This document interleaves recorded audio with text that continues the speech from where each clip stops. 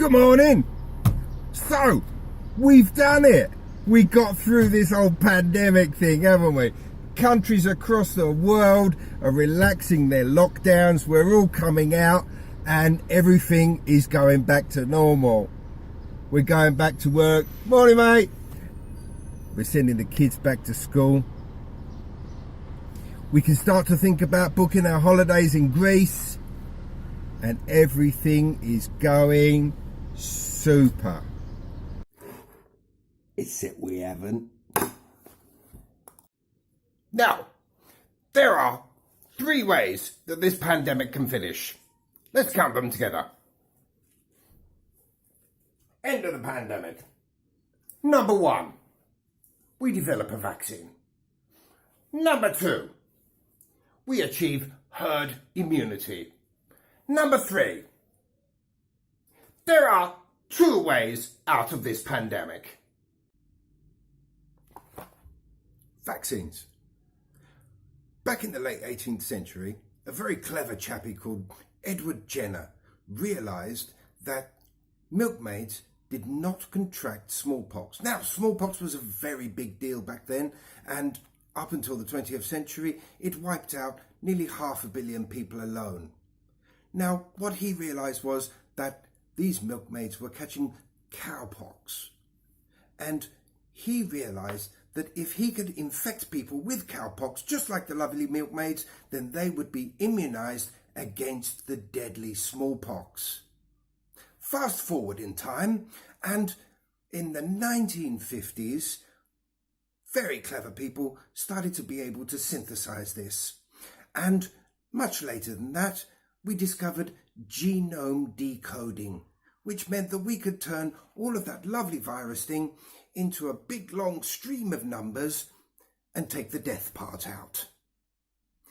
Vaccines have been very good at wiping out many diseases. In fact, smallpox is no longer present in the world.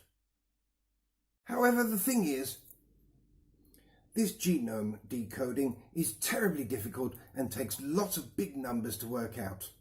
In fact, the last vaccine that we made was for SARS, and that took 18 months to get onto the market. And we were working very, very hard.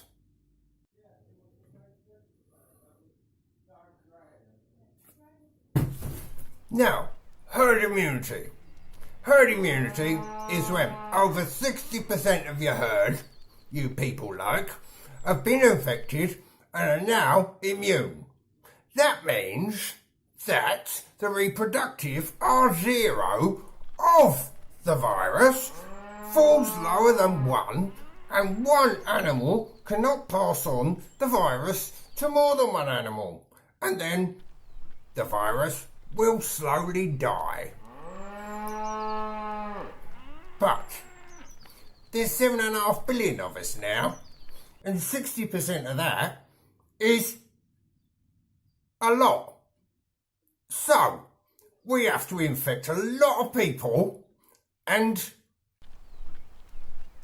we haven't managed to take the death part out. The third option is option 3, in which you all die. Starvation is a known killer, for which there is only one vaccine: sandwiches. But if there is no one to bake the bread, and make the cheese, and slice the ham, and put it into little plastic boxes, and sell it to you for €3 with a fake smile, we are all going to die. You see, whether we are waiting for a vaccine or whether we are waiting for herd immunity, there is going to be a lot of death. We are going to wait nearly 1.5 years for the vaccine, and we are going to have 4.5 billion people people going through the disease and some of them not coming out the other side.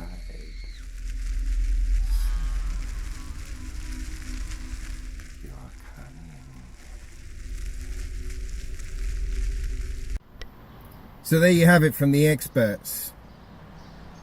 The truth is, people die every day.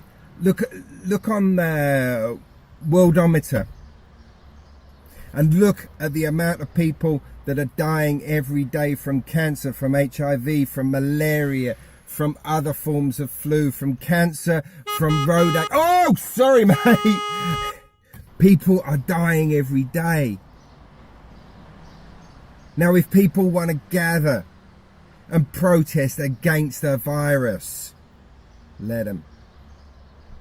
They'll just help us towards on our road to herd immunity. Think about yourself. Think about what your conscience leads you to do. Show respect for the people around you. Be smart. Be safe.